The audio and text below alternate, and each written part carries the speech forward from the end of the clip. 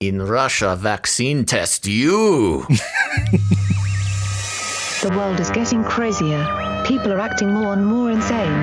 The end of the world is tomorrow. Tomorrow. There's only one thing to do when the world is falling apart. Listen to Basil and Gonz as they discuss this week's news and events through the lens of Bible prophecy. You are listening to Canary Cry News Talk.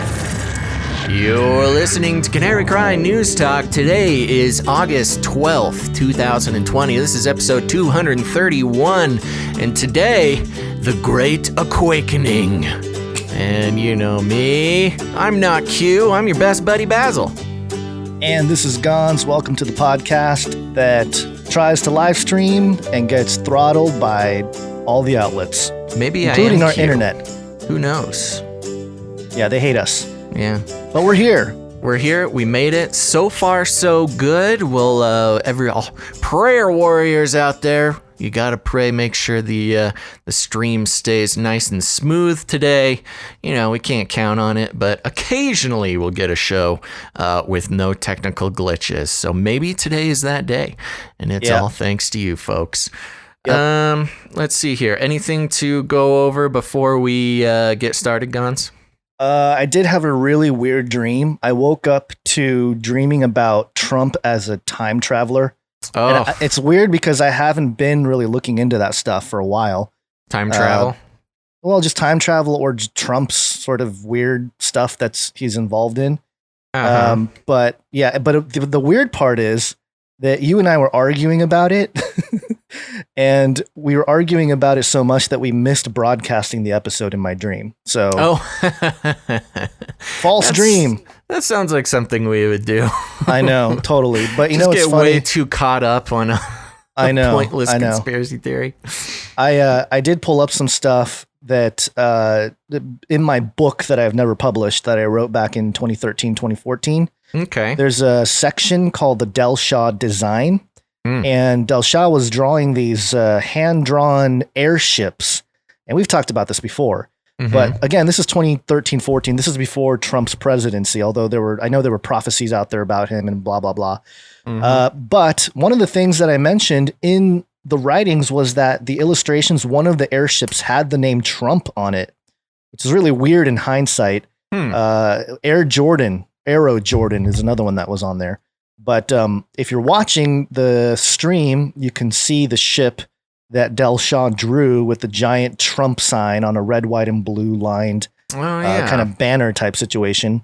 When was this created? Who is Del Shah? 1930, I think, is when most of it came to light. But he was talking and looking at the airship phenomenon from the 1890s or 1880s. Mm-hmm. So it's a really interesting topic because it's these UFOs before they were called UFOs and flying saucers and all this stuff, but they were flying vehicles. They've inspired kind of the steampunk airship type of vehicles in anime and TV shows and stuff. Yeah. But yeah, just something weird and the connection also, and our friend Stan Deo brought this up early on in Trump's presidency. But Dr. John Trump, who is Donald Trump's uncle, was one of the first people to look at the Tesla papers when they were confiscated. Right. So another weird connection there. And then, of course, there's the weird book, the Baron Trump Travels and Adventures of Little Baron Trump, where he goes into the inner earth and travels through time and, just weird stuff written back in 1900. I think it was late 1800s too. So just a lot of weird Trump stuff that I've looked into in the past, and for whatever reason decided to show up in my dreams. Wow. This morning, and then you and I argued about the name of the episode and stuff.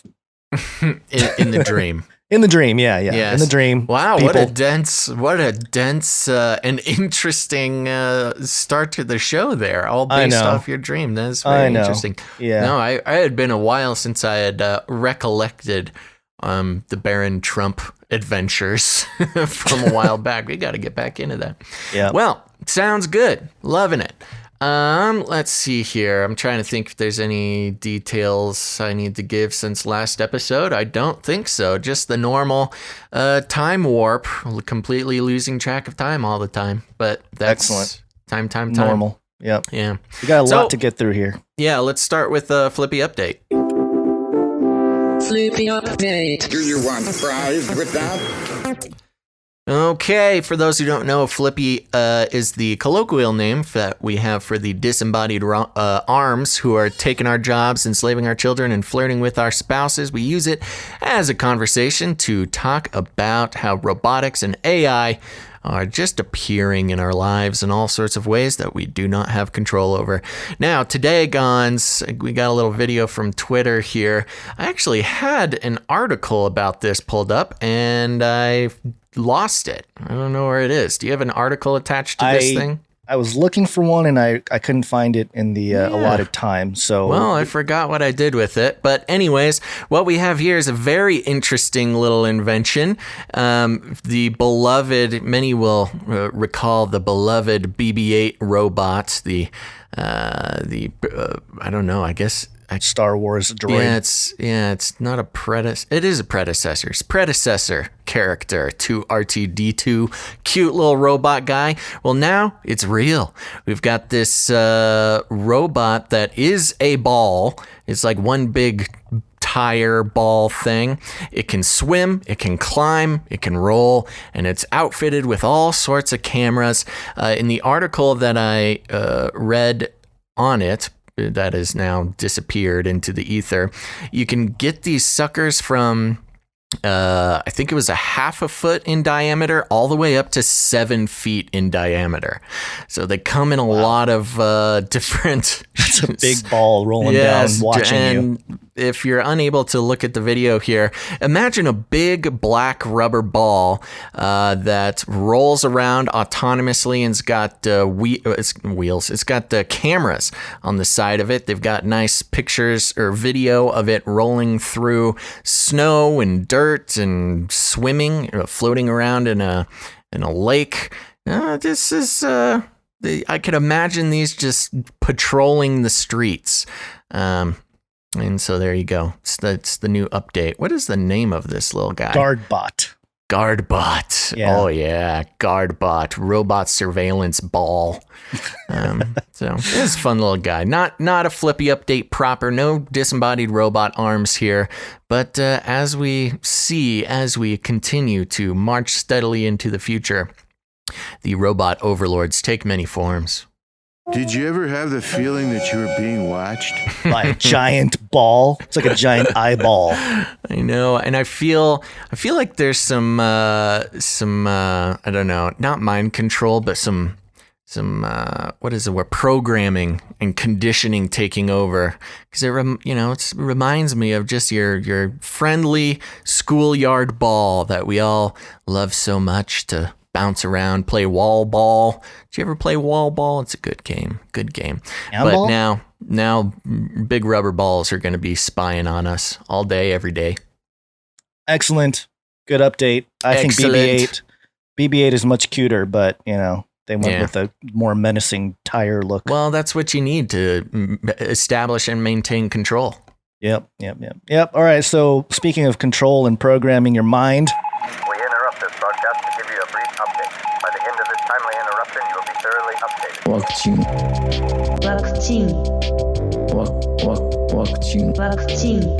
Got a bunch of updates to get through here. First one, I don't know why this is so huge. NewYorkDailyNews.com. Russian President Putin announces approval of coronavirus vaccine before completion of clinical trials. Loving it. As everyone was talking about this yesterday, Putin trying to kill us all. Not so fast. So clever. Niet. Russian President Vladimir Putin said Tuesday he's approved the world's first coronavirus vaccine, calling it a cutting-edge answer to the fast-spreading disease ripping its way across the globe. Putin made the announcement on state TV despite the fact that the Wonder vaccine is barely out of phase 1 testing. Nice. Quote, "It's absurd. This is not how you do vaccine approval experiments. None of this makes sense," John P. Moore, a virologist at Weill Cornell Medicine, told the Daily News. Quote, "That's what we've been saying." Yeah, but it's against the Russians. They're allowed to say it now. All they've done is phase 1 trial, and several phase 1 trials have already been completed in America. So they're not ahead of the U.S. They're just making a statement, Moore said. Oh my gosh. The Russian leader attempted to quell skepticism Tuesday morning, explaining that one of his 2 adult daughters had already received the vaccine. Her fever increased upon the injection, but was down to normal the following day, he noted. As to be expected. Hey, at least, as part of the propaganda, Putin maybe is listening to the conspiracy networks there, because, one of the big criticisms of guys like Bill Gates and all these vaccine people is like, hey, you going to shoot yourself and your own kids with it? So Putin he got ahead of that one. He's like, look, I shoot up daughter. Look, she's fine. In Russia, vaccine test you. So, yeah. And it's funny how people are, the mainstream is framing this as like Trump versus Putin. Who's going to get the vaccine first? It's like a male dominated war and all this stuff. But also Trump is in cahoots with the Russians. So, they can't get their story straight, which is pretty funny. And that's the thing, too. The easy way to at least quell people's obsession with the romance between Trump and Putin is you just look at policies. Yeah, Trump, doesn't say mean things about Putin, but you look at Trump's policies regarding Russia.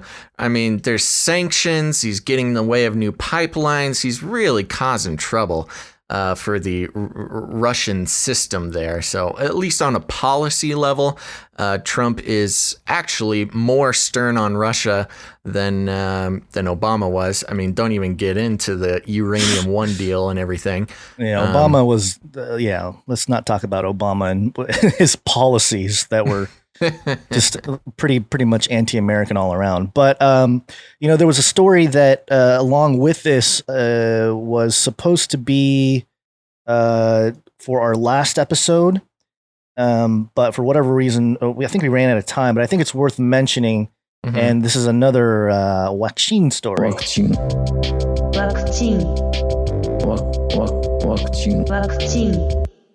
And if I can get it into the tabs there, states have authority to fine or jail people who refuse coronavirus vaccine, attorney says. And this is from abc15.com. And it says here, as drug makers race to develop a vaccine against the coronavirus, several legal questions are emerging. Could the government require people to get it? Could people who refuse to roll up their sleeves get banned from stores or lose their jobs? The short answer is yes, according to Dov Fox. It's quite the name. DOVFOX. Hi, I'm Dov Fox. A law professor and the director of the Center for Health Law Policy and Bioethics at the University of San Diego, quote, states can compel vaccinations in more or less intrusive ways, he said in an interview. Quote, they can limit access to schools or service or jobs if people don't get vaccinated. They could force them to pay a fine or even lock them up in jail. Fox noted authorities in the United States have never attempted to jail people for refusing to vaccinate, but other countries like France have adopted the aggressive tactic. The legal precedent dates back to 1905 in a landmark U.S. Supreme Court case, Jacobson versus Massachusetts.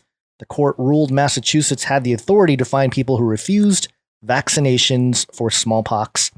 And the story goes on here, but another quote here. Religious exemptions are not constitutionally required by the First Amendment's free exercise clause, provided that the vaccine mandates don't single out religion. They're not motivated by a desire to interfere with it, he said.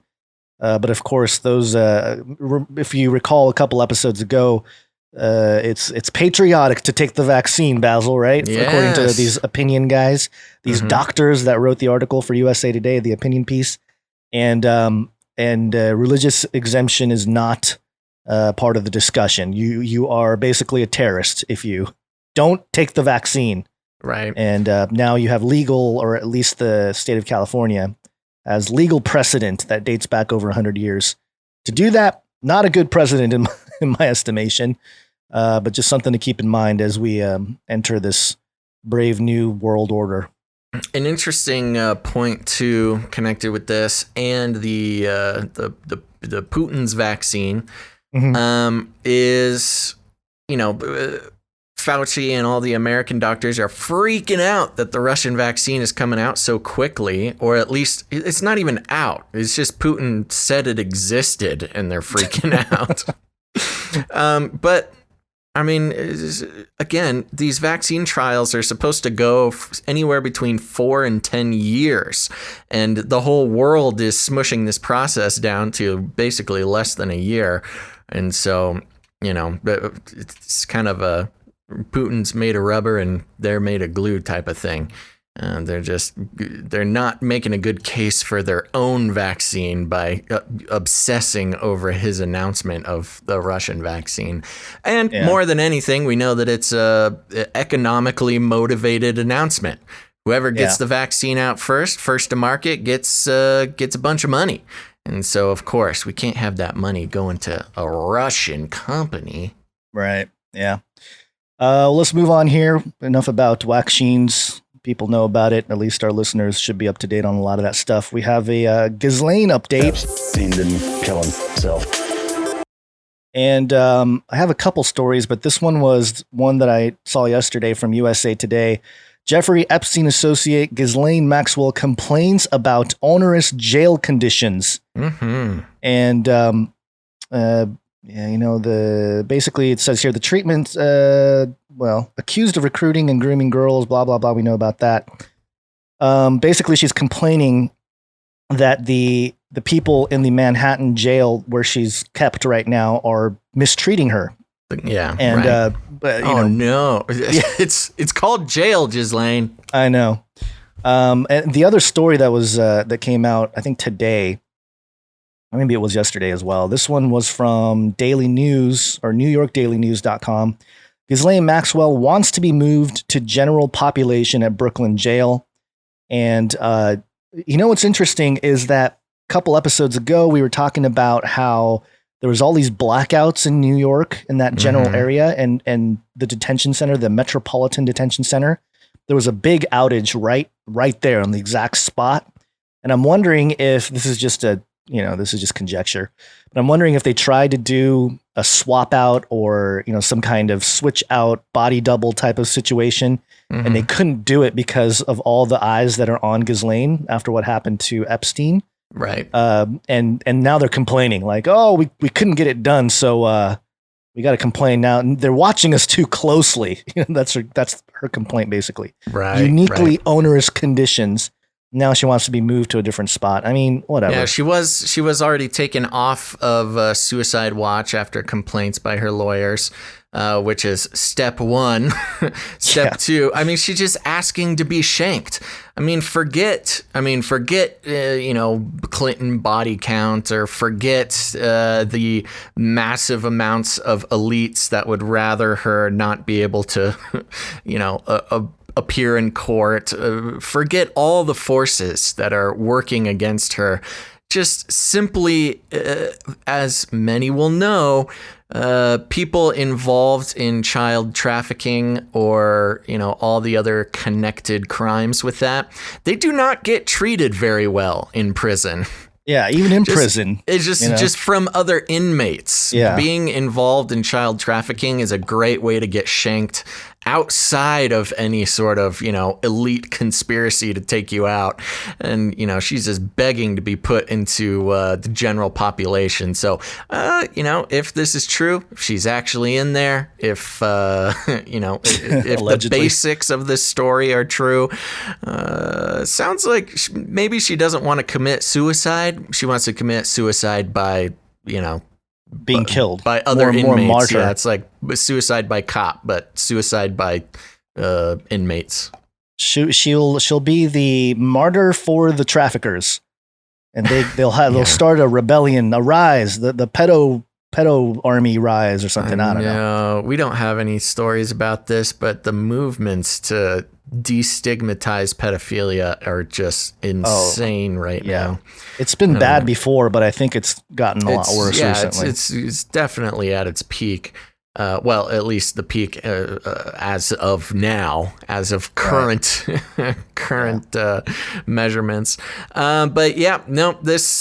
if not an extraction, again, like you said, during a power outage, which just happened in that jail, she is really putting herself in harm's way if she's actually in there.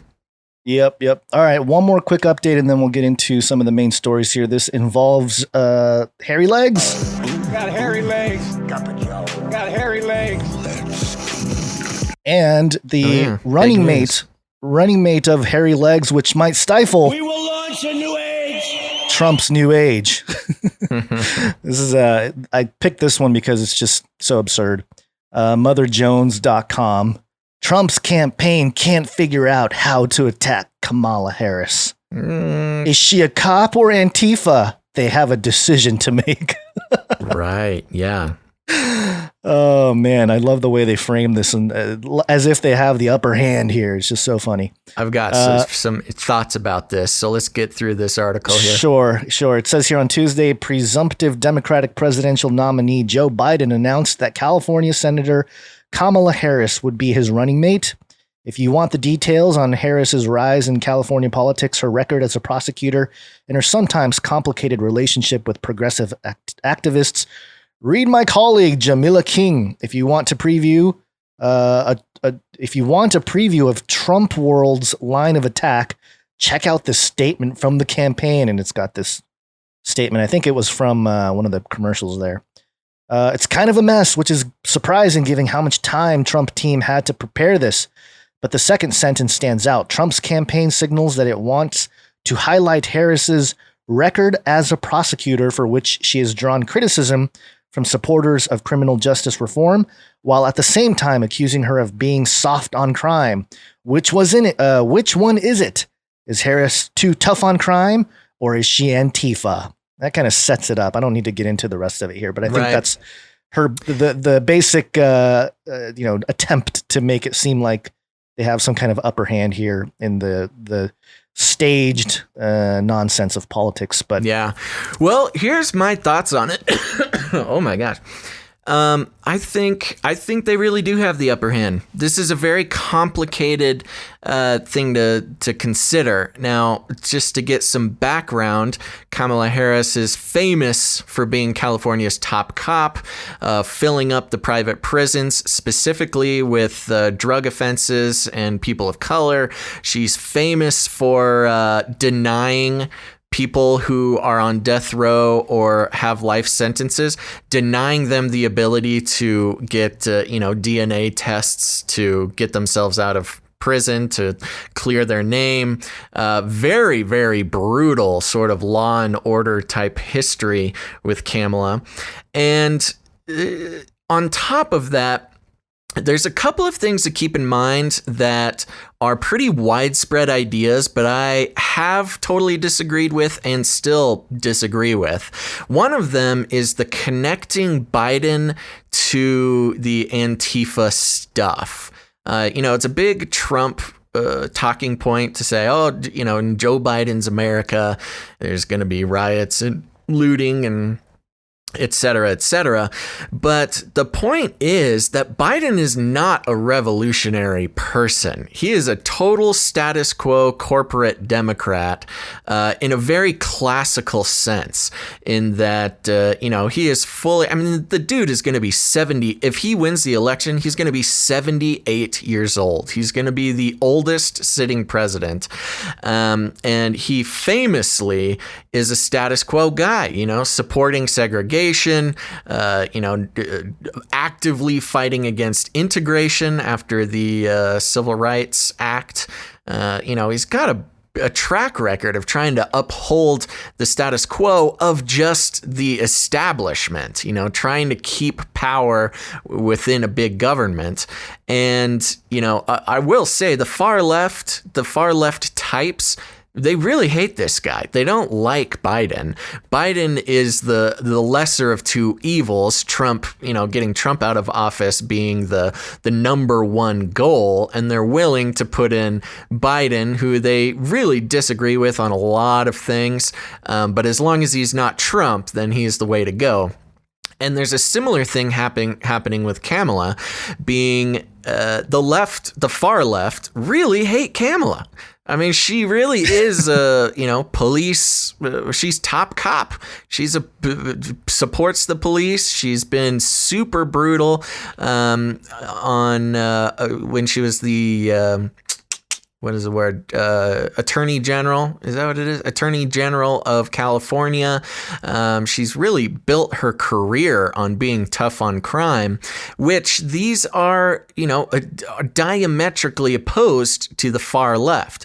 So what I feel like this play is, I think this is, if you are a moderate Democrat, an old school Democrat, you're pretty stoked on this because this has a very big chance of giving the Democrats a big lead in the election. This is actually kind of, in my opinion, cinched it, because what we're looking at here is the far left is a fairly small group, kind of like the far right.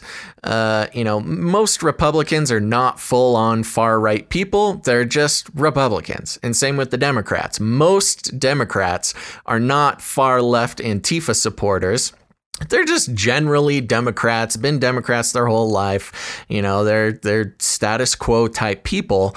And a lot of those moderate Democrats are liberal white people, and these liberal white people are just as scared of rioting and looting and all these types of things as everybody else. I mean, you think about, there were groups of rioters and looters going through Beverly Hills,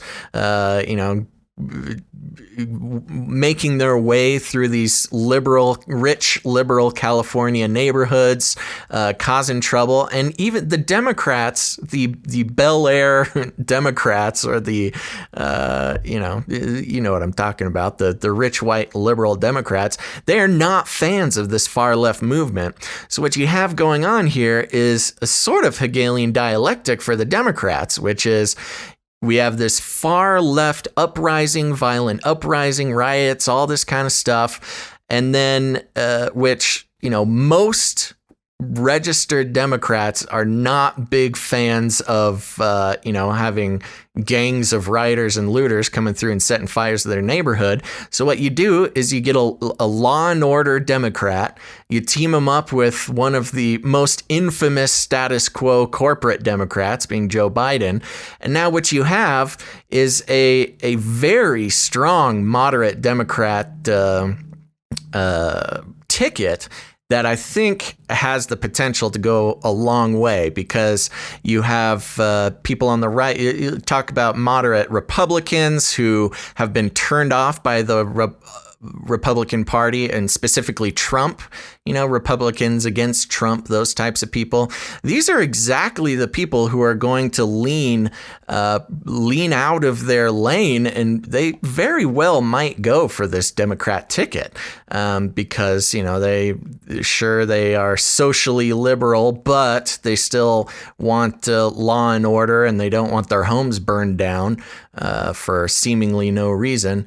I think maybe the staunch Democrats, those who identify with the right-left paradigm there, I think they want Biden to keel over so they can have a female president and black female, or at least. Oh, absolutely. This is a direct line to having the first woman president, and the fact that she's a person of color is even better. Now, keep in mind her mom's Jamaican and her dad's Indian. She's not necessarily of African descent, besides the ancestral lineage of Africans going to Jamaica. The Jamaican people, native Jamaican people, weren't black necessarily. They were more on the Latino or Latinx side of things. So, I mean, there is an ancestry of, an African ancestry there, but it's not quite the straight line that they probably would have preferred.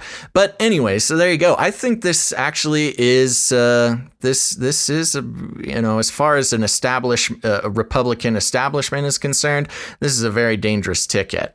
And I think that the riots and the looting and the violence is all part of the plan.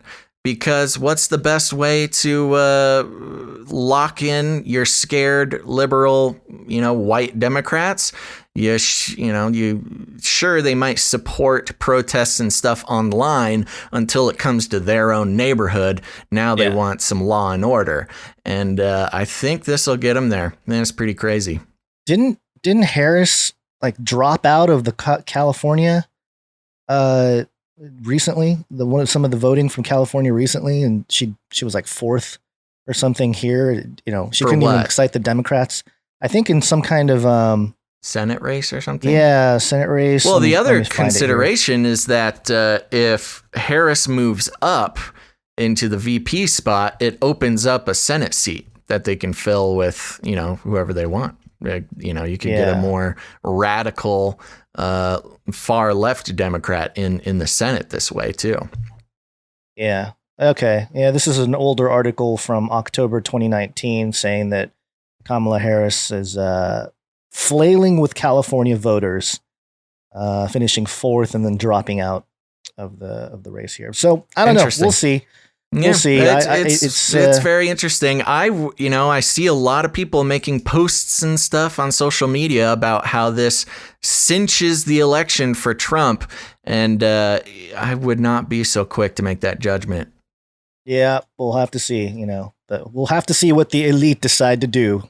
Do they want to keep the Trump train going, or do they want to bring in the hard? Well, it's not hard left, but it will be hard. It's like a doorway to the hard left. Well, that's the thing. It's this Biden Kamala or Harris Biden Harris ticket is the softest, least intimidating Democratic ticket you could possibly think of. Yeah. I mean, kind of how Trump was. Trump was a Democrat his entire life until he decided to run, and he had to choose a party, and so he ran as a Republican. Harris is kind of, there are exceptions. I'm not saying she has a track record that fully lines up with Republican ideology, but she has a track record that, you could look at some of the things she's done, and it would not be surprising if she were a Republican. Her facelift worked. So there you go. I don't know. It's going to be very interesting. We'll keep an eye on it, and I don't know. It's this is an intimidating ticket, in my opinion. I know I'm going to trigger some people there because they just don't intimidating. The whole thing is intimidating. The entire thing with people telling us what to do with our lives in an electoral science way. This is a very intimidating ticket. People in the bubble of the right-left paradigm. Yep, that's right. Okay, so let's get to one of the main stories here, because it really does touch on a thesis that we've been harping on for a few episodes here. Speaking of the beast system, beast system. I tried to tell you. And the thesis has been that the whole QAnon movement and this whole movement of or this phenomenon, so to speak, of people that or information that gets out on well-established outlets suddenly being pulled, and then only then the information going viral, creating this what we talked about, a Streisand effect of, well, hey, why are they censoring this information, whether it's from doctors or from whatever.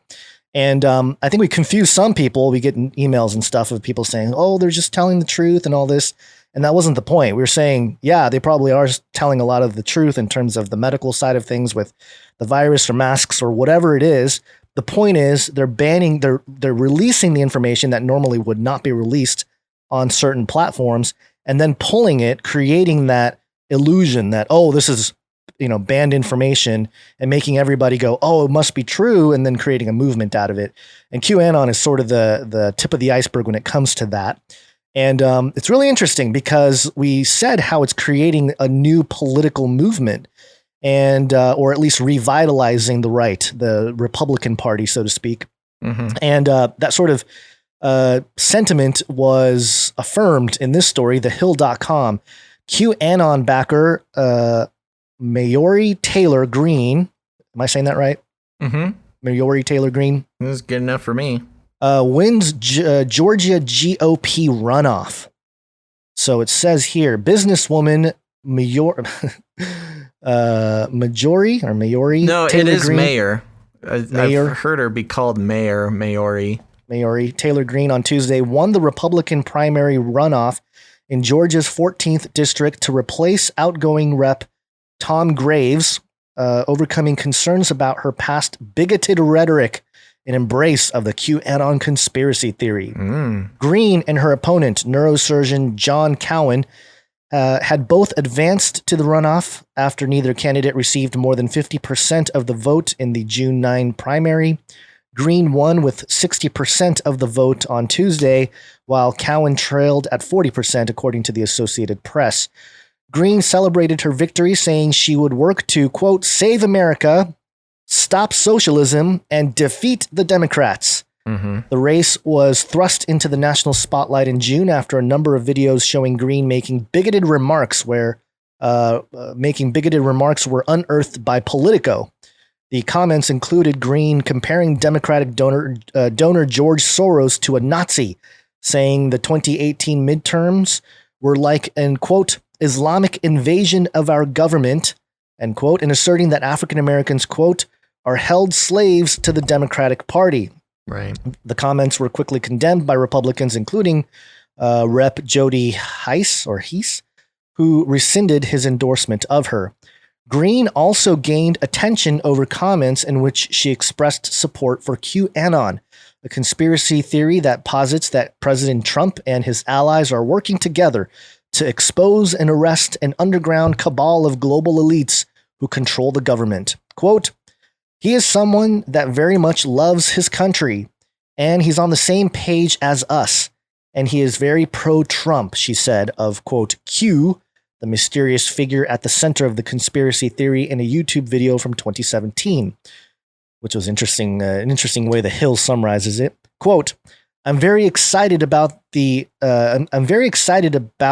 now. There's a once-in-a-lifetime opportunity to take this global cabal of Satan-worshipping pedophiles out, and I think we have the president to do it, she continued. Despite the negative attention, Greene remained competitive with Cowan throughout the race, edging him in the initial June primary with just more than 40% of the vote to Cowan's 21%. An internal poll from Cowan's campaign showed the two candidates neck to neck at 38% heading into the runoff. Additionally, Greene appeared to have fundraising advantages or have a fundraising advantage in the race. Greene raked in $1.59 million as of July 22nd, including a $900,000 loan from herself. She has spent $1.44 million in the campaign and has roughly $143,000 in the bank. And then it goes into how much Cowan spent, which was a little bit less, I think. Democrats quickly seized on Greene's victory and looked to tie her to Georgia's Republicans running in other races. Quote, Republican extremism is on the ballot across Georgia. And Mayor Taylor Greene's primary win tonight after embracing vile racism and conspiracy theories represents exactly what's wrong with today's GOP, said Georgia Democratic Party Executive Director Scott Hogan. Quote, her candidacy was designed to benefit Karen Handel, and her words have been embraced by Rick McCormick. Quote, Georgia Republicans own this crisis, and their mealy-mouthed statements can't hide the fact that Mayorie Taylor Greene's nomination is a stain on their party, Hogan added. Quote, Georgia Republicans and Republican candidates running across the country will have to answer to her hateful views in their own campaigns, added Republican or Rep. Sherry Bustos, a Democrat of Illinois, the chair of Democratic Congressional Campaign Committee. And so there you go, a QAnon supporter, an openly QAnon supporter, winning a GOP ticket there in Georgia. And, it's garnering that divide and conquer methodology, and it's sort of exemplifying it to a T here, especially with QAnon being banned on Twitter and stuff like that. Now it's really, I think, causing a political move that we've been talking about, this sort of political roundup of one side of the aisle and pushing each side further and further apart in this sort of divide and conquer methodology. And do you have any thoughts on that before we get into some of the Great Awakening map that people have shared with us? Well, we've always had reasons to be suspicious of Q from the very beginning. There's a lot of people who have flip-flopped on Q for years now. Since the very beginning of Q, we've been skeptical, and now, it's nice to see that I feel like we made the right choice there. There's a lot of conversations, a lot of talk on the social medias right now about how, especially with all the new agey stuff we're going to get into next, how, if we specifically take the concept of the Antichrist, there's some interesting ways to think about the Q phenomenon, especially as it's Q's positioning as against an evil elite, and Q will save us from the dark forces going on. And if that does happen, you combine that sort of Q savior complex with a lot of the new agey things, it is an interesting setup for an Antichrist type figure, saving us from the evil of this world and restoring, some sort of, utopia where we're not run by pedophile elites and then, driving everything in a new agey direction. Well, it's interesting because, the whole pedophile elite thing is real. It's a real thing. Mm-hmm. But it's fascinating because the takedown, so to speak, the cleanup job is something that I've pointed out multiple times, that the same elite or the same Freemasons and same sort of, cabal, so to speak, they've been talking about it. And I quoted it in Age of Deceit 3, like 2.5 years ago, where Manly P. Hall, who's an occultist, he's a Freemason, mm-hmm. and he straight up on his last lecture said, in the 21st century, the Brotherhood has been hard at work. We're going to have a cleanup job where we're going to clean up all the corruption in governments and everything else. And the Prince of Peace will come. And that whole rhetoric is kind of like, right. Interesting. They know, I think they allowed all this darkness to prevail because they needed a cleanup job to really shift things around. Yeah, similar move. You see the exact move with what I just described with Kamala Harris and the riots and the lootings and things. Right. Same thing. The divide and conquer, the problem reaction solution. And Gons, we knew this was going to happen. We knew we were going to trigger people.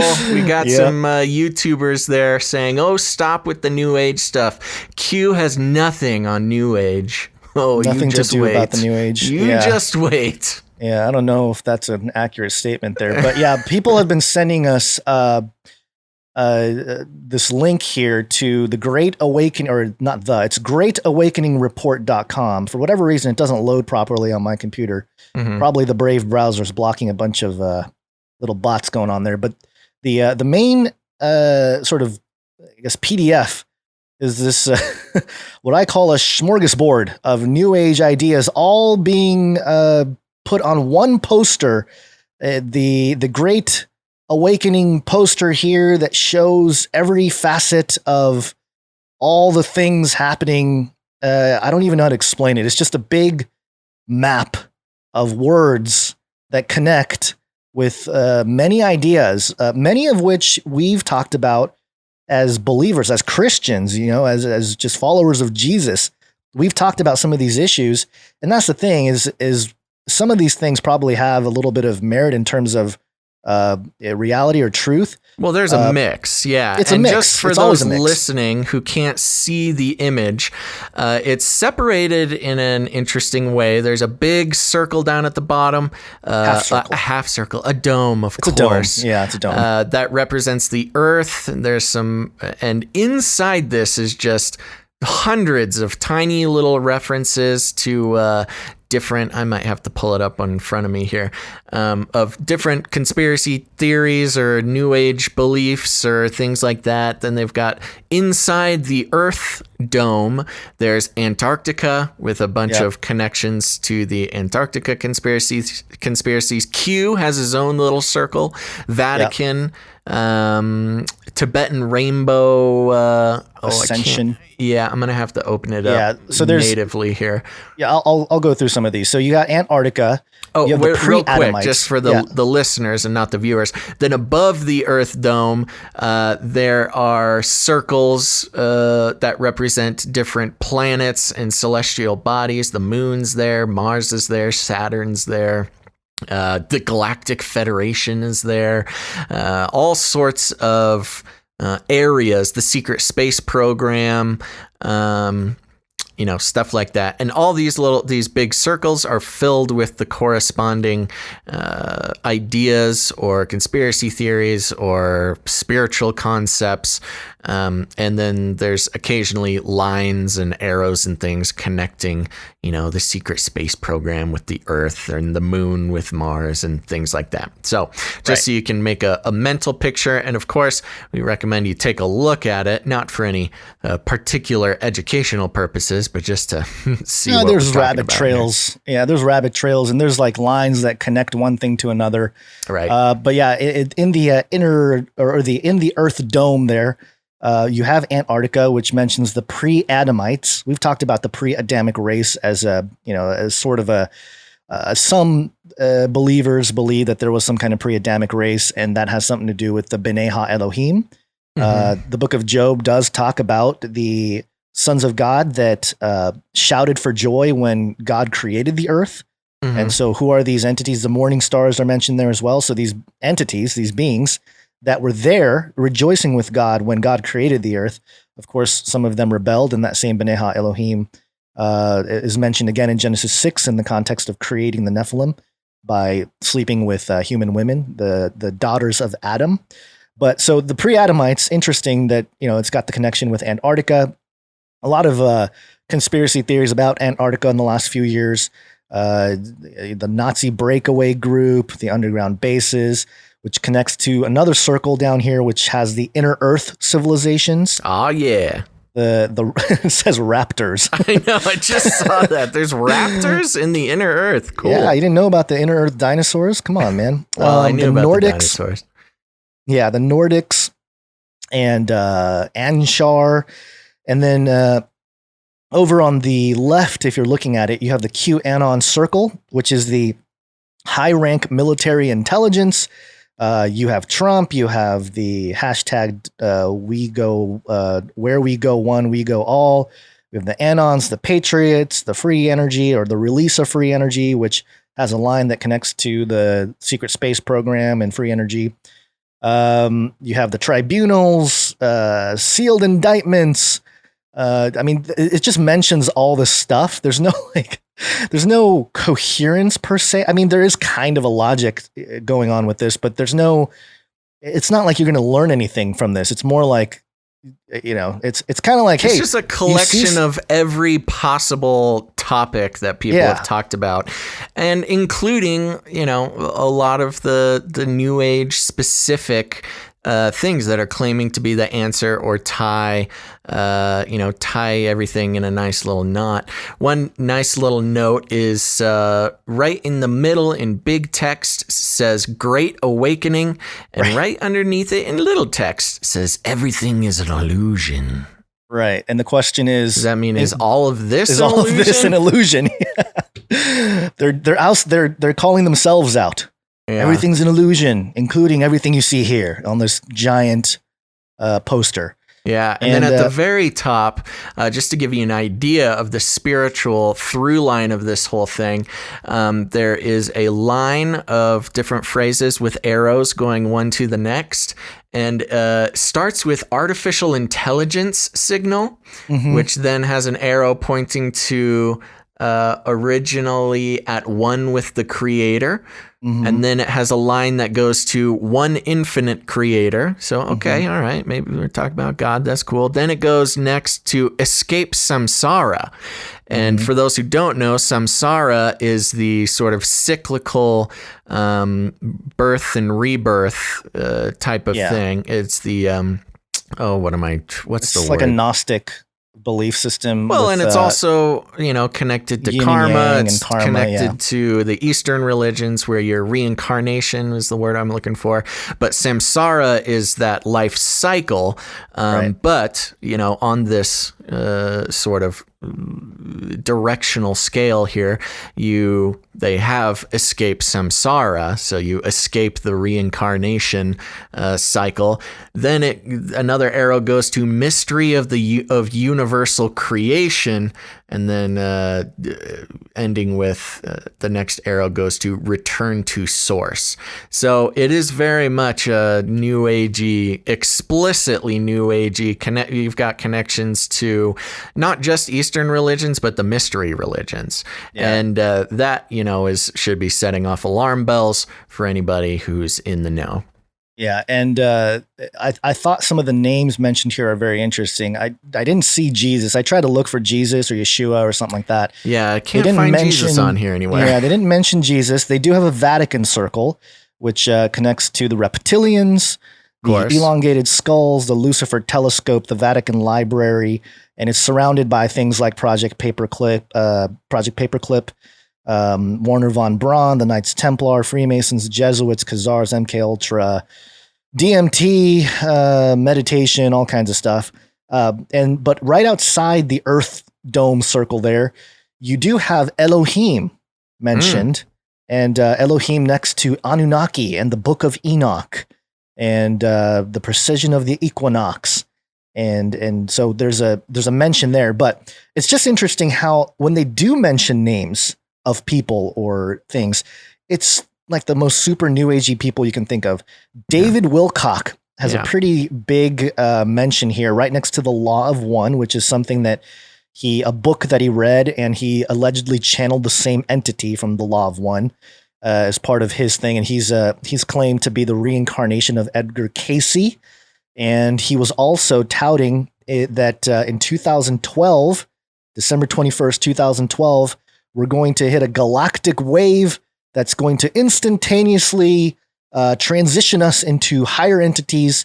And those who are not 51% good are going to be kept in the lower realms, while the rest of us are ascended to the higher realms. And of course, that didn't exactly take place there. But yeah, somebody that I was following very closely back in 2010, because I was trying to figure out what the alien, or maybe even earlier than that, 2009, 2008, when just right after a couple years after I was baptized, and I was looking at the alien conversation or the alien topic, extraterrestrial topic, and how it related to Jesus or the Bible, if at all. And of course, not a lot of Christians talking about it, or at least openly. Nobody in the church I was in was really helping out.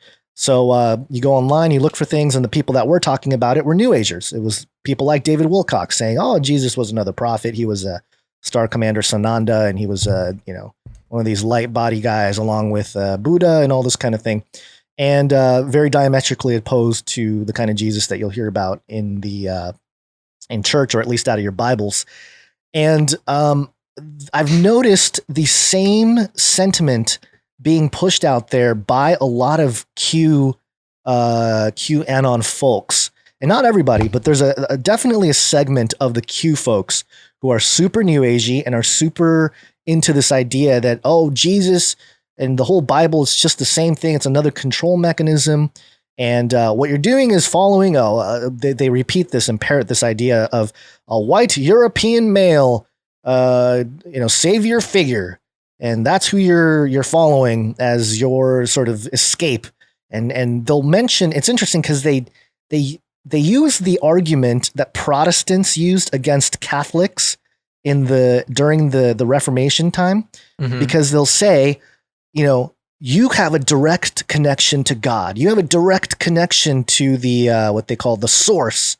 You don't need an intermediary. You're using Jesus as an intermediary to connect to the source, and you yourself are part of God. And it's in my opinion, it's a very deceptive way to get people off the path of the truth, in my opinion, and in my belief and my conviction. Yeah.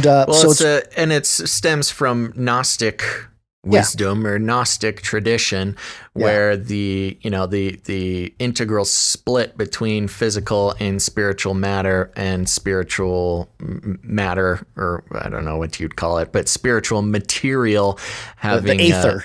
Yes, the direct connection to the sort of amorphous creating force that is God. Yeah. And so, whoever said in the chat that there's no connection with Q and the New Age. Yeah, it is explicitly that. And that's, I think that's something that we sort of discerned, if you want to use that word, or just, another called shot, of which we have many lining up. Thank you very much. But that's kind of the thing, because you see a lot of Trump supporters, but also straight up, people who would identify as evangelical Christians, using Q as basically law. Q is the truth. Q is leading the charge. And it's all based around support of Trump, where, here's the thing. If you support Trump, that's cool. You don't have to jump feet first into this Q thing to support Trump. Now, obviously, this Q thing is not nothing. I mean, it has gained enormous spread and popular attention. So this Q thing is very serious, and the amount of momentum it's gaining is incredible. But remember, I mean, if you are someone who identifies as a Christian, whether evangelical or wherever, Catholic, wherever you're coming from, Q is explicitly against Christianity, and if not against, it does not include Jesus in the matter. So, you've got kind of a cognitive dissonance you're going to have to get over. Like I said, if you support Trump, you can support Trump politically, but you don't need this, kind of wackadoodle, deceptive, conglomerate of new age ideas called Q in order to hold your political your political leanings. Right. Yeah, so it's so interesting that the new age ideas are very present in not just this, but the whole Q thing. And I made a couple videos why Christians should ditch Q, and that got a lot of people upset. But it also, I did get a lot of messages saying, thank you for showing me some stuff that is clearly, anti-biblical, anti-Christian. Yeah. And, in very, very tiny letters at the top here, it says, increase your service to others and be more loving to yourself and everyone in order to raise your vibrational consciousness level.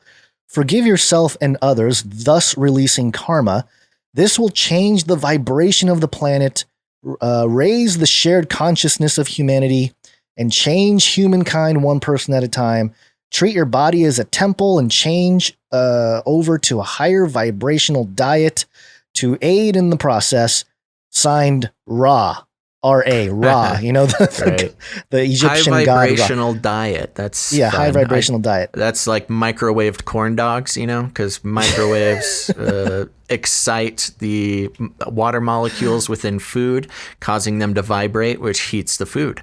And so a high vibrational diet is really just anything microwaved. And don't let anybody tell you anything else. Wow, you're really pushing the GMO food. I'm deep, man. I'm deep You're in deep it. into it. So what I wanted to mention about this, though, this idea of service to yourself and others, overall, the message itself is not like bad. It's like, hey, be nice to people, of course, So you're not refuting it at that level. But in terms of if you're going to approach this biblically, let me read for you something. And then Basil, try to guess who this was written by. Okay.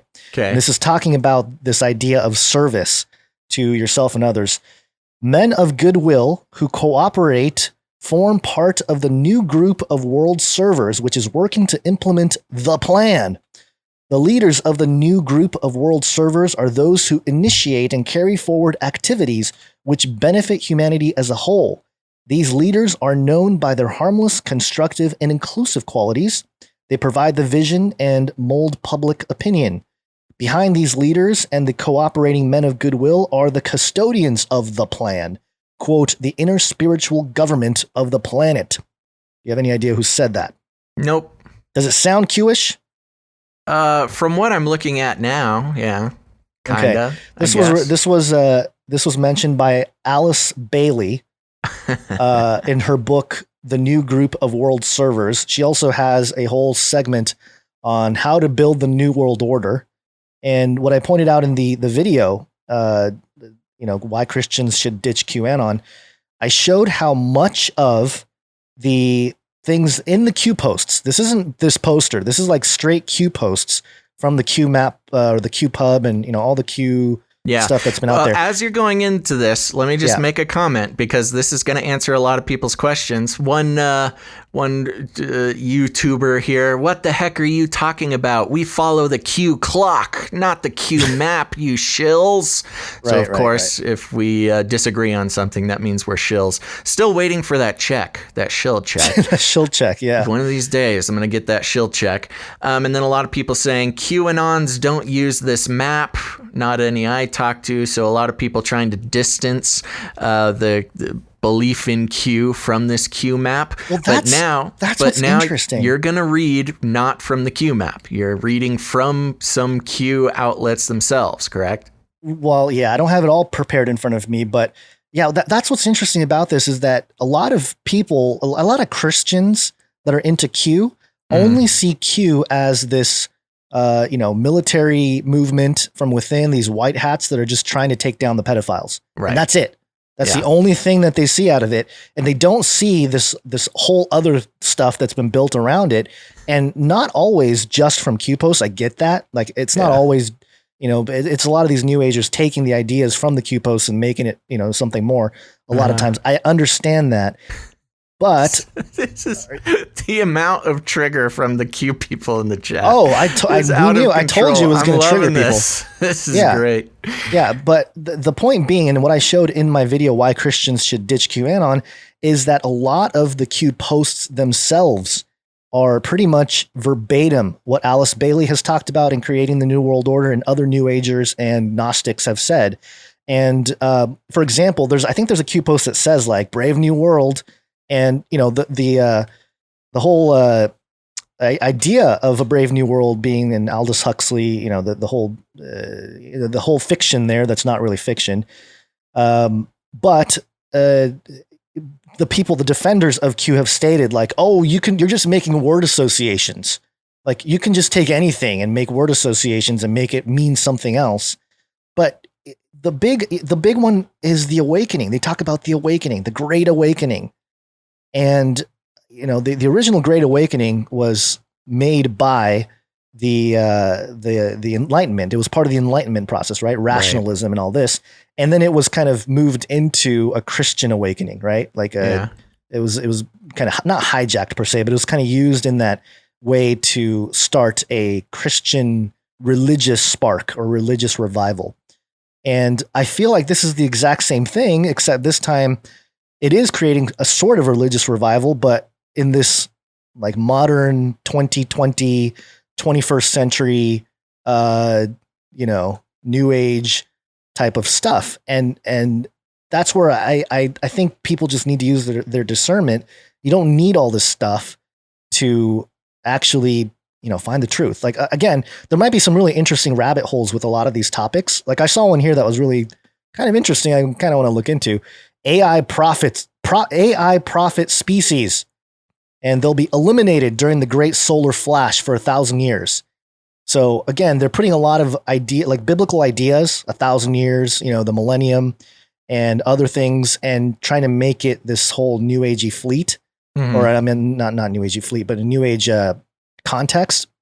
But yeah, I know it's a divisive topic, but I wanted to bring it up because a lot of people were mentioning it to us, emailing us this big chart here.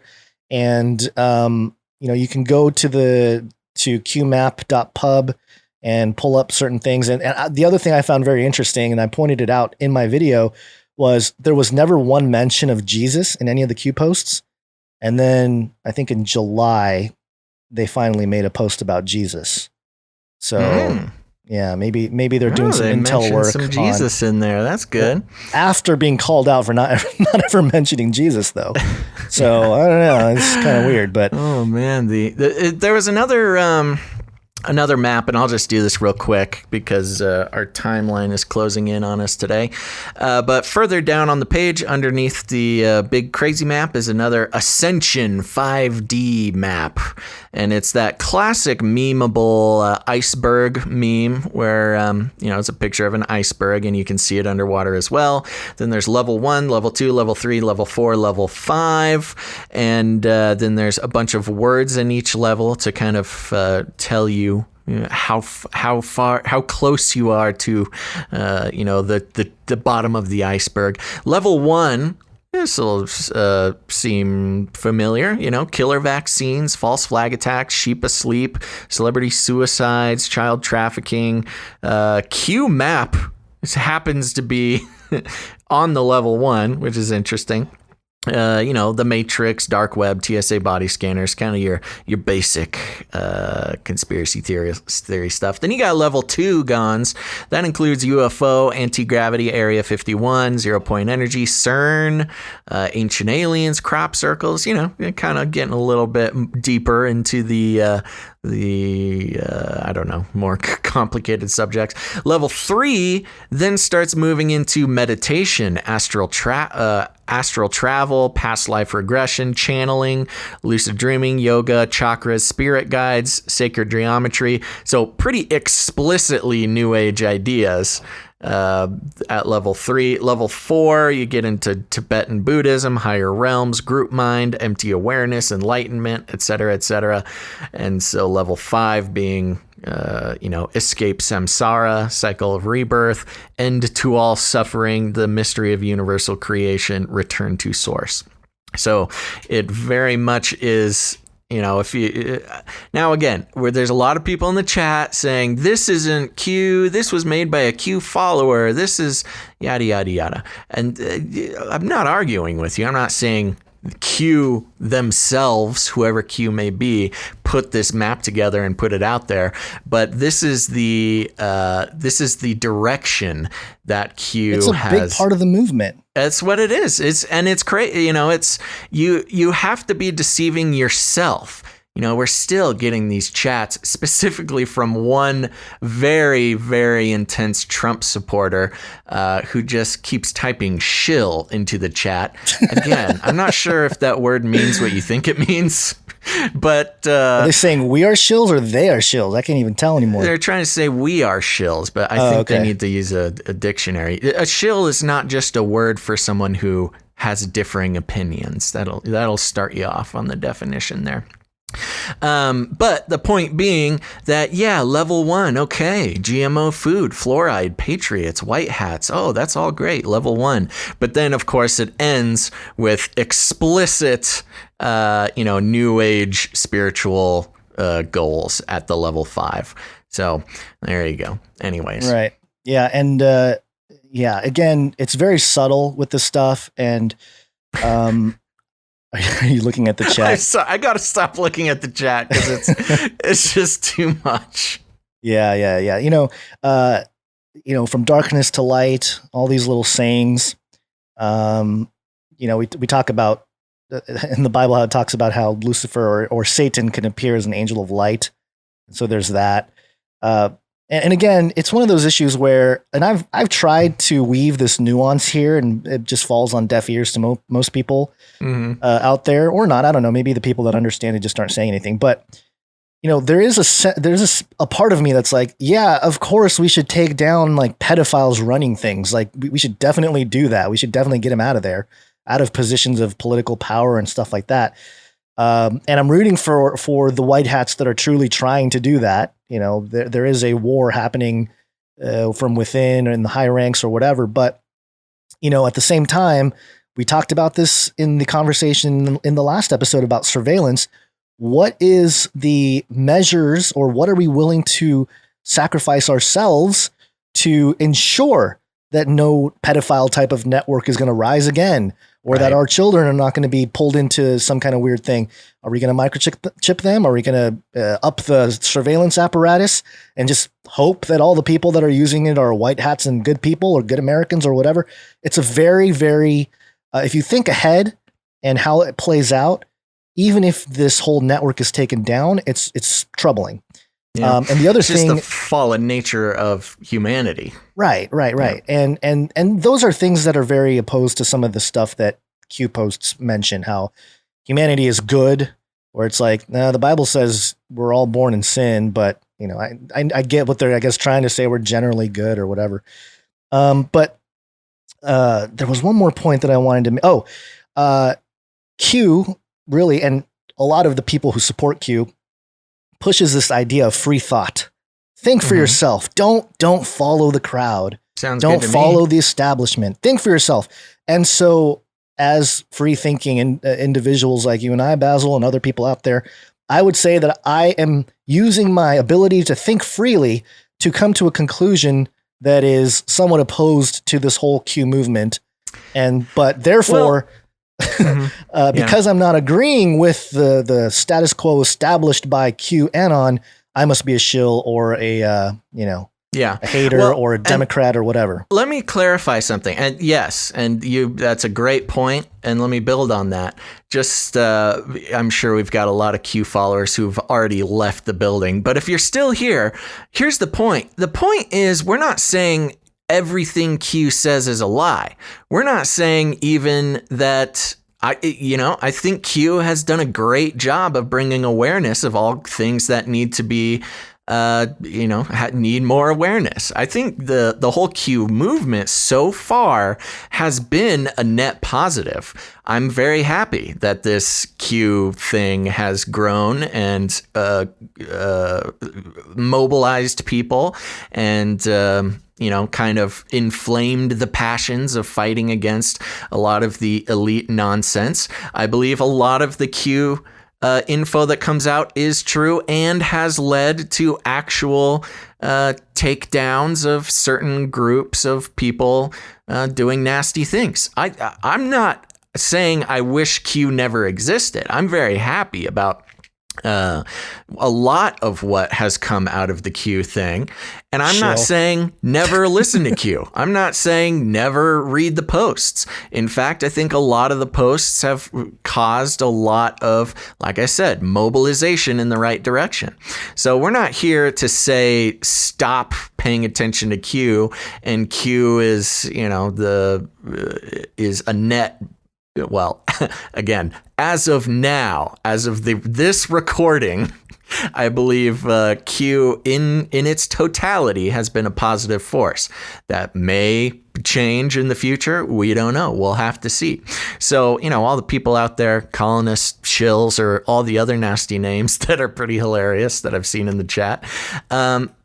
Just because we have different points of view about what Q is and where it's leading doesn't mean that we're enemies, okay? So please, other people, keep track of this Q thing because a lot of good stuff has come out of it. Okay, now that I've said that being said, there's what we're talking about and what worries us is the direction in which it's heading and the sort of clues that are being released to what an end game might look like for the Q movement. And so the point being that, a lot of Q has made the world much more interesting in the past few years. I think it's responsible for, a lot of attention being brought. But when you look at the wholeness of what's coming out of Q and you start aiming it, you start tracking the direction that it's going, it does look like a setup for something that is not necessarily something that specifically Christians should be, calling as the ultimate answer. That's mostly what we're saying. Now, of course, there's a lot of theories about Q being disinfo or being co-opted or changed or taken over by a different group since the original Q posts, things like that. But so there you go. Just so everybody has an idea, if you're a Q head, that's totally cool, man. Keep doing your thing. Just watch out when just keep an eye on it. Be ready to bail out. Don't be so invested that you'll follow Q all the way to escaping Samsara and, the mystery of universal creation and all the, all the stuff that you don't want to end up in. But And this is something that everybody needs to do for a lot of things. I'll say people who listen to our show need to do this, and that is set a line for yourself. What line could Q cross that then is your signal to get out, or at least stop, following instructions from Q? What is the line? Find your limit to what you'll accept and what you'll let into your life from Q. Because if you don't have that in mind, you're a frog in a boiling pot of water. You'll just follow the Q movement all the way to wherever it ends, and you'll yell at people who disagree, and soon you'll be trying to tap into the collective consciousness and let your rainbow light body ascend. Yeah, and I'm still seeing people that don't get the nuance of the argument in the chat, but that's okay. That's always going to happen. Well, see, and that's the brainwashing. That's exactly what I'm saying. That's the defend Q at all costs, and not listen to reason and not consider that a measured approach to Q might be a way to keep your integrity and keep your own soul. And as I talk about in many episodes, including this one, keep a close eye on who you're letting pull your puppet strings, because a lot of people are letting Q pull their strings, and you need to know when to cut those. And I'm not saying whatever, you do you, man. You figure that out. Find the line for yourself. Because how far are you going to let this go and control your thoughts and behavior is something that everybody needs to keep a close eye on. Yeah, and let me say one last thing before we wrap up this segment of the show here. There was a lot of talk, and we actually covered it, 30 or 40, maybe even 50 episodes ago. There was some people in the Christian community that were the truther community, so to speak, that were saying that Q is part of the second beast.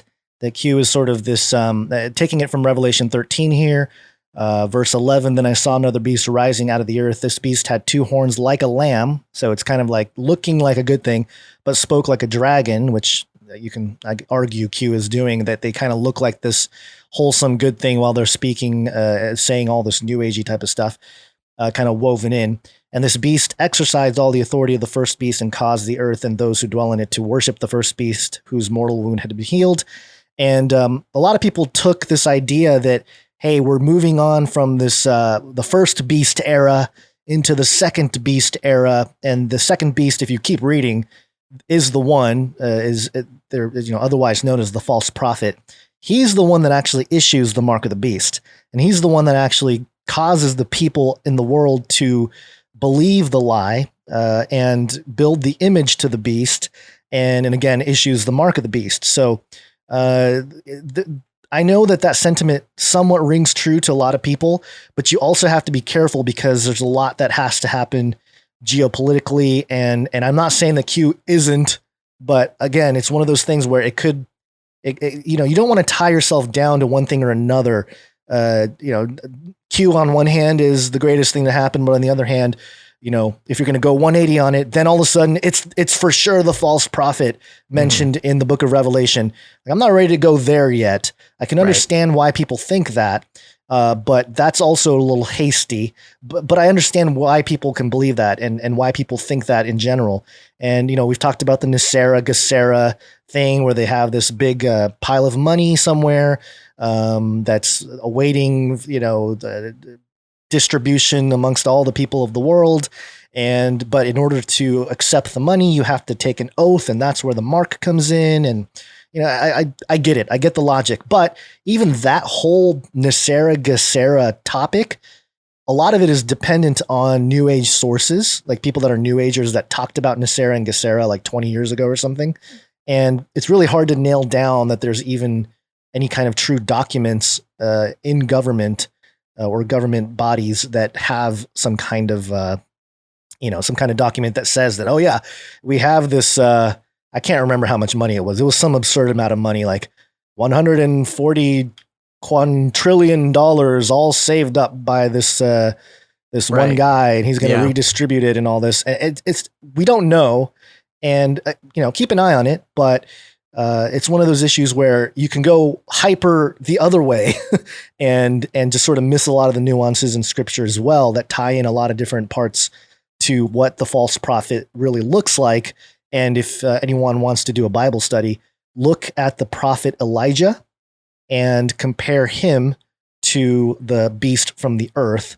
And I think you'll find some very interesting things if you do that study, and what the whole thing is supposed to look like biblically, at least according to Revelation 13 and other parts of the Bible that connect to that. So, just, trying to keep that narrow path. I've mentioned it over and over, but man, it's becoming very narrow, Basil. I feel like you're going to be hated by supporters and haters of QAnon alike because you're not taking a hard stance either way. Oh, I'm used to it. No problem. I know here. You're used to it. So, speaking of which, Gons, let's take a quick break. Let's do it. It's break time! Come on, take a break. Let's take a quick break, everybody, but don't go anywhere, because after the break, we are got a couple of little updates here that we're going to need to talk about. There's actually a ban on masks happening. We also got a little bit of CRISPR news, some genetically modified squids, and depending on the time that we're looking at, there's also a very interesting thing about a helicopter getting shot down over American soil recently. So all very important stuff. Make sure to stick around. But we're just going to take a very quick break and thank some people who need to be thanked. Are you ready, Gons? My dinger is in hand. Oh, enhance. All right. So we want to take a second real quick and run down the list and thank some of our new Twitch followers. Of course, we're always asking people to follow us on Twitch. It's a good idea. It helps us out. I've talked about that many times before, but if you're looking for a way to help Gons and I out, following us on Twitch is a great way to do that. But it's also important to follow us on many different outlets and turn on notifications, because it's kind of a gamble. It's a roll of the dice if you're only following us on one outlet, whether or not you're going to get a notification when we go live. So here we go. I want to thank these people who followed us at twitch.tv/Canary Cry Radio. Are you ready, Gonzo? Ready. Nintendo Ultra. I like that. Static XTX. Like Static X Texas? Yeah, maybe. Hold on. Andrea Truesdale. Lady Wisdom. Hidden Realm. Ooh. Yeah. Loop Dog the Free Frog. Nice. Rudder 500. Oh, I'm just gonna have to run at this one full speed. What does this say? Rona done pass me by. Oh, okay. That's good news. Congrats. Yeah. Episode 88, Mr. E. Babylon. Uh-oh. We got Livy 8. Crip X26. Step Rouge. There we go. I think that's all of them. Let me do a quick little refresh here just in case anybody came in. Nope, that is all of them. So thank you to our new Twitch followers. We appreciate that very much. And if you're looking for a way to help us out, the best and easiest way to do that is to watch live on Twitch. YouTube, everything's demonetized and shadow banned on YouTube and other places, but Twitch so far has been pretty good to us as far as keeping us alive here. Gons, earlier in the day we were number 8th on the talk show and podcast category. Oh my gosh, this is a surprise. We're at number 4 now. Ooh. On the talk shows and podcast category on Twitch. It's been a long time since we've been that high on the list, so there we go. I guess we got to talk about Q more often. We used to be up at like number 1 and 2 pretty often, but I see number 2 right now is somebody's just live streaming Trump, so of course that's gonna get a lot of attention. So there we go. Thank you everybody so much. Now, secondly, we're just gonna zoom past this, Guns. Secondly, we want to thank some of our new producers of the show, just to let everybody know how this works. A lot of content on the internet is monetized through advertising. That's a way that's the main way for people who do what we do to help pay their bills and keep the show going. But the problem is advertising, what it does is it turns you, the listener, into a commodity for the content creator, that's us, to just sort of harvest and sell to big corporations for our own personal gain. It's the reason for a lot of the problems in the world today. It also, when you start taking advertising dollars, you're pressured to be brand safe. You can't say everything you want to say. You have to, be careful about the topics you cover. And honestly, we just couldn't do this show if we had to rely on advertising. And it just doesn't feel right to feel as if we are ranchers having to sell off commodities in order to support ourselves. So that's it. We don't think of you as commodities. You are your own autonomous individuals who have a lot of options to how to spend your time, and we're thankful that you choose us once in a while. So thank you very much. Now, instead of packaging you up and selling you to advertisers, we just ask that, hey, if you want to keep the show going, if you get value out of the show, if you want to, help the show grow and keep us autonomous from the advertising industry, you can just join in and become a producer and help pay for the show. And you can do that at patreon.com/CCNT for Canary Cry News Talk.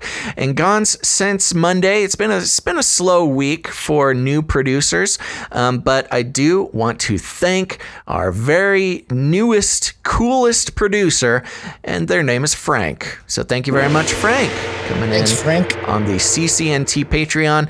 We also have patreon.com/Canary Cry Radio. And just a reminder, a lot of people, we have a lot of new listeners. We actually have another podcast. Our original podcast was more of an interview style show where we interview researchers, authors, scholars, academics, all sorts of people. We interviewed them. We did that for years and years and years, and we still have more we're going to be putting out. But if you need to add some good quality content, make sure to search Canary Cry Radio. The best way to do that is on any podcast player because that's where it lived. This whole video streaming thing is fairly new for us, but there is an entire collection of Canary Cry Radio episodes, and listening to those will broaden your worldview, will give you some important insights, not just from two crazy guys who like to get on and talk, but from actual experts, researchers, authors, scholars, academics. That has really been a life-changing collection of material for a lot of people. So make sure to check that out. We were, just to mention, we were one of the first Christian outlets, platforms, podcasts to obviously we weren't the first because it was around, but in the YouTube sort of 2010s era, we were one of the first to entertain the flat earth thing and kind of spread that around. Yeah, it was weird. We did it. It seemed as kind of a joke when we did it. It was not known at all. And then actually through our episode on the flat earth, it sort of inspired a lot of other creators and scholars to look into it, and it helped spread that idea quite a bit. Yeah, it became a big thing. We did not think it would become a thing, but it did. Yeah, we were psyoped, but just to mention that it's all documented. 2015 March, I think, is when we did the flat Earth episode. If you guys, it's old school. It's old school stuff, but a great podcast, and we recommend everybody check it out. It's a different show from this show, but over there on the Canary Cry Radio Patreon, that's patreon.com/Canary Cry Radio. We have a brand new producer, and their name is Gerard. So thank you very much, Gerard, Frank, and Gerard. Our new producers, everybody in chat, thank them because they're the best. Now, if you don't like Patreon, that's okay. We understand. We have other ways of supporting the show, and you can find those ways at canarycryradio.com/support. Canary Cry Radio. patreon.com/support. That's right. And people love this, canarycryradio.com/support, because there's ways to support the show that are not Patreon. There's PayPal options. There's recurring support amounts. There's one-time donations that you can make in any amount if if commitment's not your thing. There's also cryptocurrency, all sorts of fun ways to support the show. Please consider heading there and becoming a producer that way. Gons, did we have any producers come in over there? We did, but they're all recurring. So are they thank you for all the recurring, producers. or are they recurring? I think all these were recurring. Okay. I don't believe we had any new recurring people from between Monday and now, but we do appreciate all of the producers. Our ongoing, Thank you to our recurring producers. You guys are the best. Let's see. Now, other ways to support the show. Very important. You can create art. You can create jingles. You can do all sorts of fun stuff. Gons, do we have any art? One art, please. Oh yeah, that's right. Hold on. Where's my art jingle? Here it is. One art, please. Yahoo! We do have some art, but before we do, I just want to mention, Mr. Magoo, thank you for your jingle that you sent in. It crashed my computer, so please send it again. Completely. I don't know what was wrong with the file. It just did not open properly. This is fun, Gons. Just a quick update from chat. There is a movement slowly building in the chat to call people to send us $33. They're trying to send a signal. We'll see if any of that happens, but I'm watching it in chat. It's very fun. Yeah, you're open to send us as much as you'd like. $33 would be very interesting. We have a couple pieces that we need to share from our good artist, Ali Gazillion Bonds. There's two of them here. One is Gons as a horse and Basil as a horse. So I don't know why I only get the headshot. You get the full body shot. Oh, so majestic. Yeah. I like this.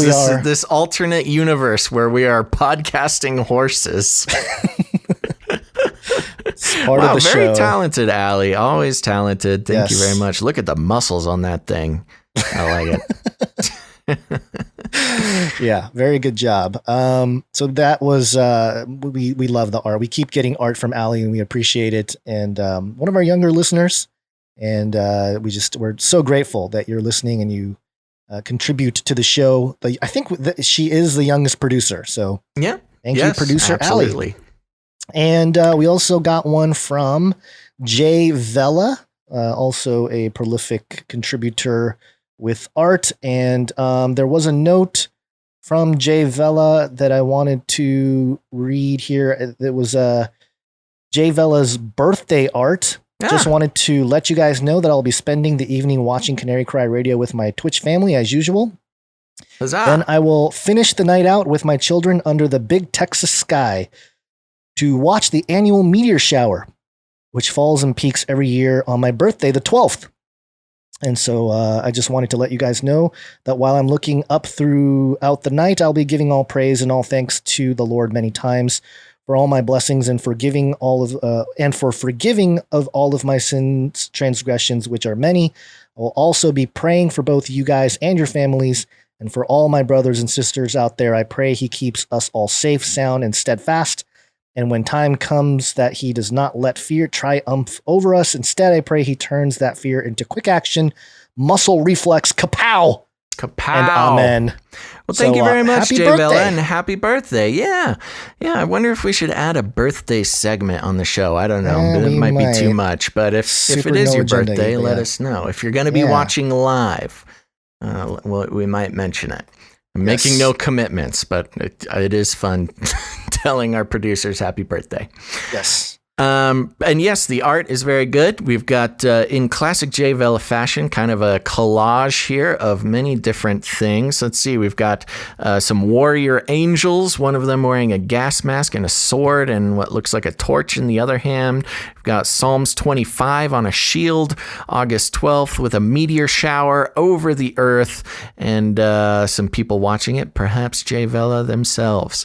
What else we got here? Joshua 24:15. 15, nice little family, all sorts of good stuff, and a fun rendition of the Canary Cry logo as well. So thank you very much, Jay Vela, and always love the art. And happy birthday. Happy birthday. Yep. Okie dokie. Anything else? I think that is it. That is it. Okay. Remember, everybody, please remember to support us. If you can go to patreon.com/CCNT or canarycryradio.com/support. canarycryradio.com/support. All right. Wake up, Gons. Yes, it's wake up time. Hey, yo, wake up. I want to start with this mask thing here. Yeah, go quickly because I think we're going to have do the to mask. just zoom through some things. Yeah. So this is from WashingtonPost.com, so you know it's legit. I can't pull it up on my end. Oh, you can't pull it up on your end. Why is that? There's a paywall. Oh, you've used all your free Washington Post propaganda, huh? Yeah. All right, you got to pay for your propaganda these days. The headline is, "This is no longer a debate. Florida sheriff bans deputies and visitors from wearing masks."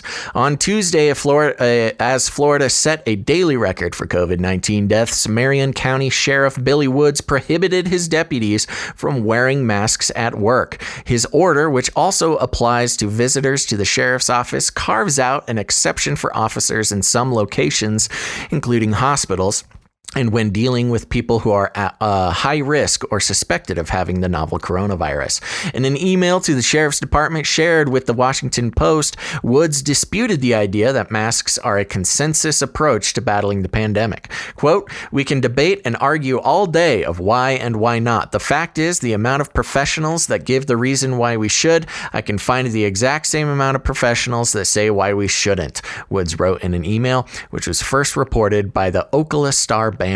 A majority of epidemiologists and other health experts say face masks and social distancing are key to slowing the spread of the novel coronavirus, which has ravaged Florida. The state, which has recorded more than 542,000 cases and more, including the man who died on his motorcycle there, and more than 8,600 deaths, added 277 more deaths on Tuesday. Marion County also set a record for daily deaths on Tuesday with 13. Police nationwide have faced scrutiny over inconsistent use of masks by officers, even in large cities like New York and Philadelphia, where face coverings are mandatory. Many large departments only suggest officers wear masks. ABC News recently found while those that require them, including the Los Angeles County Sheriff's Department, make exceptions for incidents where masks might impede officers in the line of duty. Woods is among the first law enforcement officials to outright ban masks for his deputies, though. He issued the order as Marion County and its largest city, Ocala, are mired in a politically charged debate over a mandatory mask rule. The Ocala City Council passed an emergency mask order last week, but Mayor Kent Gwynn vetoed it, citing in part a refusal by Ocala Police Chief Greg Graham to enforce the rule. Quote, "My chief and I have talked about it. We will never write a fine. We're just not going to do it," Gwynn told Sky 97.3 FM on Monday. The city council plans to meet Wednesday to consider overriding the veto, the Star-Banner reported. Woods, meanwhile, told his deputies on Tuesday to stop wearing masks in most cases. While officers can still mask up in areas including the courthouse and the county jail, they must immediately take off the face coverings afterwards. Deputies working special events are also forbidden from wearing masks, Woods said. All visitors to sheriff the blah, blah, blah. They basically repeat themselves for another 4 paragraphs. There you go, Gons. An actual ban on wearing masks over there in Florida. Hallelujah. He's no superhero. If you're working alone, wear a mask. The mask's not for you. It's to protect the people you care about. He's not listening to Batman. I know, you gotta listen to Batman. This is interesting. I don't know. I'm realizing that I'm just a contrarian on so many levels because, of course, I don't like a mandatory mask law or getting fines for not wearing it. But I'm also like, yo, Sheriff, now you're banning masks? That just makes me want to wear a mask. Oh, there you go. You can't tell me what to do. Hegelian dialectic. I know this reverse psychology is working. It's the reverse psychology. It's coming back around. See, it's a circle. Everything's a circle. You can't tell me what I can and can't put on my face, Mr. Sheriff. Take this. Okay. All right. Well, let's do one more story real quick, and then we got to call it a day here. And it's a CRISPR update. CRISPR.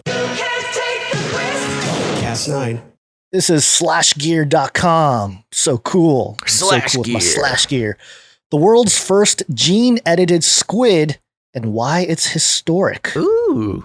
Yeah, researchers have revealed this week that they've been successful in gene editing a squid for the first time in human history. Cephalopods, am I saying that right? Cephalopods? Cephalopods, yeah. Cephalopods are used to study Alzheimer's and Parkinson's due to their significantly large brains. Using the DNA editing tool CRISPR, a genetically altered squid will potentially jumpstart major advances in the study of neurodegenerative diseases of many sorts. The manipulation of cephalopod genes hasn't been particularly realistic in the past. Studying cephalopod innards has been possible, but because of the physical makeup of the creature, the editing of their embryos hasn't really worked out well. I don't know what that means. Does that mean they've killed a lot of squids, or they have the ... there too? Yeah. Researchers published this week outlined the world's first gene knockout in a cephalopod. CRISPR-Cas9 proved, quote, highly efficient in gene editing squid embryos. The test here was whether these researchers would be able to affect the squid's pigmentation and growth. As shown in the images above, the pigmentation was successfully knocked out with the gene edits done in the study, where otherwise there would be black dots in this squid. The creature remains transparent. And you can see the picture for those watching, or if you go to Canary Cry Radio or Canary Cry Newstalk.com, you can click on the article and you can see these clear squid embryos. Is kind of interesting. Per the study discussion, quote, our methods for gene knockout should be readily adopted by other research groups. Lolignid squid are available worldwide, and our methods do not require specialized equipment. When the D-Palais genome is released, CRISPR sgRNAs can be designed to avoid off-target edits. Gene knockouts similar to this have been useful research tools for the study of butterflies, amphipods, zebrafish, and other creatures.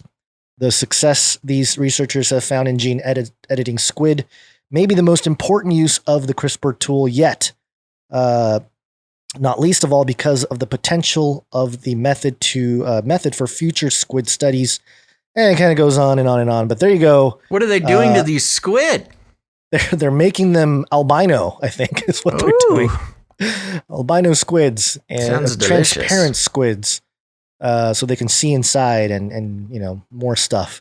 Oh, okay. But yeah, it's very it's borderlines Nephilim update, but it wasn't quite a Nephilim update, so I didn't go there. But it was a CRISPR update. CRISPR. Cas9. Okay, Gons, I'm just going to read this really quickly because I don't think we're ever going to get back to it, and it's very, very short. Okay. All right, so this is last story, real quick here. U.S. News, Air Force helicopter shot at over Virginia. This is American soil.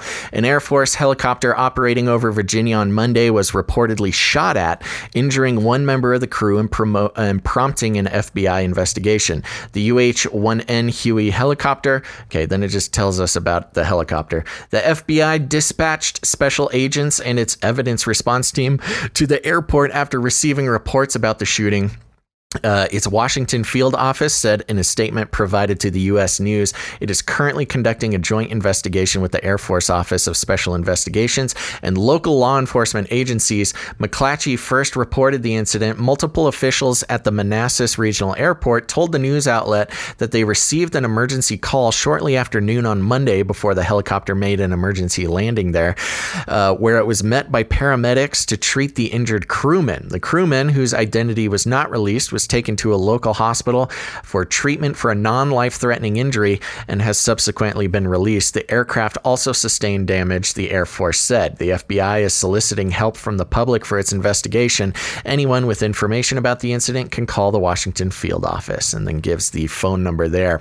But this is pretty crazy, Guns. This is a much bigger deal than I feel like it's getting the attention for. This is a military helicopter flying over American soil, took fire. It sounds like it was just small arms fire. But it was 1,000 feet in the air. So, you either got a really good marksman shooting at this thing, or there was, a hailstorm of bullets, though. It's pretty hard to hit a helicopter at 1,000 feet with, some sort of normal firearm. Unless it's standing still and you've got a great targeting system. But yeah, this is pretty crazy. I mean, in the context of a sort of civil war breaking out, which is sort of a low level fear going on around the country, an actual military helicopter taking fire and, a crewman getting hurt and having to make an emergency landing. That's not nothing. I'll tell you that much. It might have been aliens. Oh, could have been aliens. You never know. Although they're supposed to stop the whole nuclear or any kind of war exchange, according to some ufologists. So yeah, well, we'll see. Yeah. Well, there you go, folks. Okay, you good, Guns? I'm good. Yeah. We gotta good. Run. Well, we'll get out of here real quick, but I do want to remind people, oh my gosh, we have gotten a couple from the chat revolution sending us $33. I see a couple of those have come in. Thank you to the couple of you who have done that. We appreciate that. We will be giving you an extra special shout out next show. Gons, am I correct in saying that the Friday show is kind of up in the air right now? We may not be able to get to it, but I'll keep you posted. We'll keep everybody posted. We'll try to get everyone perhaps involved. a show this Friday. We might have to skip the Friday show, in which case we'll see you on Monday. So make sure to tune back in, subscribe all over the place, hit the like button, make sure you got notifications turned on, because we'll be back. We'll do a post on our Facebook or something about the Friday show, if indeed it won't happen. But remember, send in art, send in jingles, and become a producer for next show by going to patreon.com/ccnt or canarycryradio.com/support. And was I supposed to hit it? I was going to give you a second to do it, and if you didn't, I was just going to zoom right past it. But here we are talking about it. canarycryradio.com/support. There we go. Okay, remember us for next show. Thank you very much. And remember, just share out an episode. You got people in your life who are waking up, realizing that things are not what they seem. Just grab an episode of the show, send it to them. We'll help them down the narrow path of truth. And if you want any more instructions, here's what you do. You walk right up to them, you grab them by the cage, and then you shake it. The end of the world occurred pretty much as we had predicted. I want to shake things up, stir up some controversy, rattle a few cages. Hey, stop that! You'll never silence me. I'm the last angry man, a crusader for the little guy. Leave the bird alone. Never. Rattle a few cages. Rattle a few cages. The human race will have every opportunity to improve. And if they don't? Ask Noah. That's right, just ask Noah, folks. Thank you so much for tuning into this episode of Canary Cry News Talk. Make sure to tune in next time, but until then, all together now, think outside the cage. Aliens. Remember, reality is an illusion, the universe is a hologram. Bye, gold, bye! Canaries in a cage. This is deep. I'll keep you warm and safe in my people's zoo. Stop this progress before it is too late! I'm for the robots.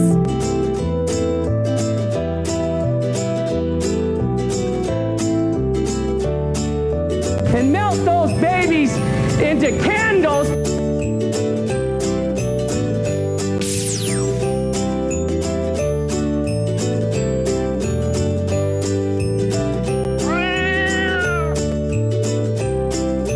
kill.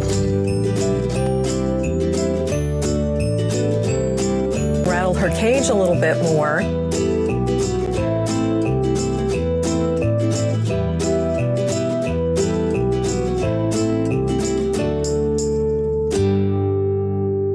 I want to shake things up, shake things up. I want to shake things up, shake things up. Leave the bird alone. I want to stir up some controversy. I want to rattle a few cages.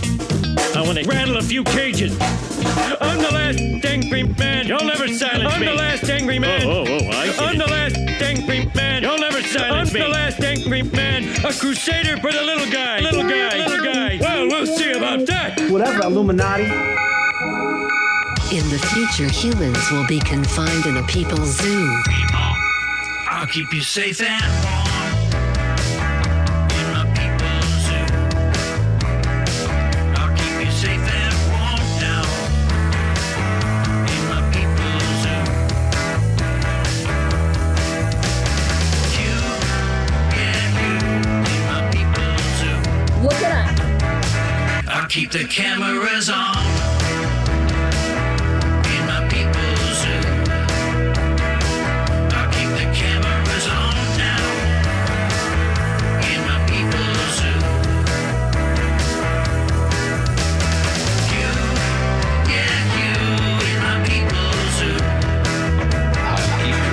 Safe in my people too.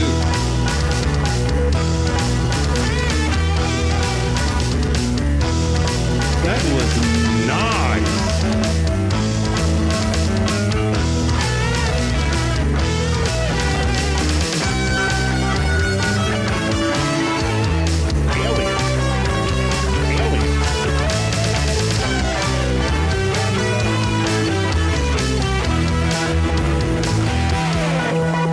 I'll make you fat and sassy in my people's zoo. I'll make you fat and sassy in my people's zoo. You, yeah, you. You, yeah, you. You, yeah, you. In my people's zoo. We should invite fewer people to be born. I'll keep you warm and safe in my people too.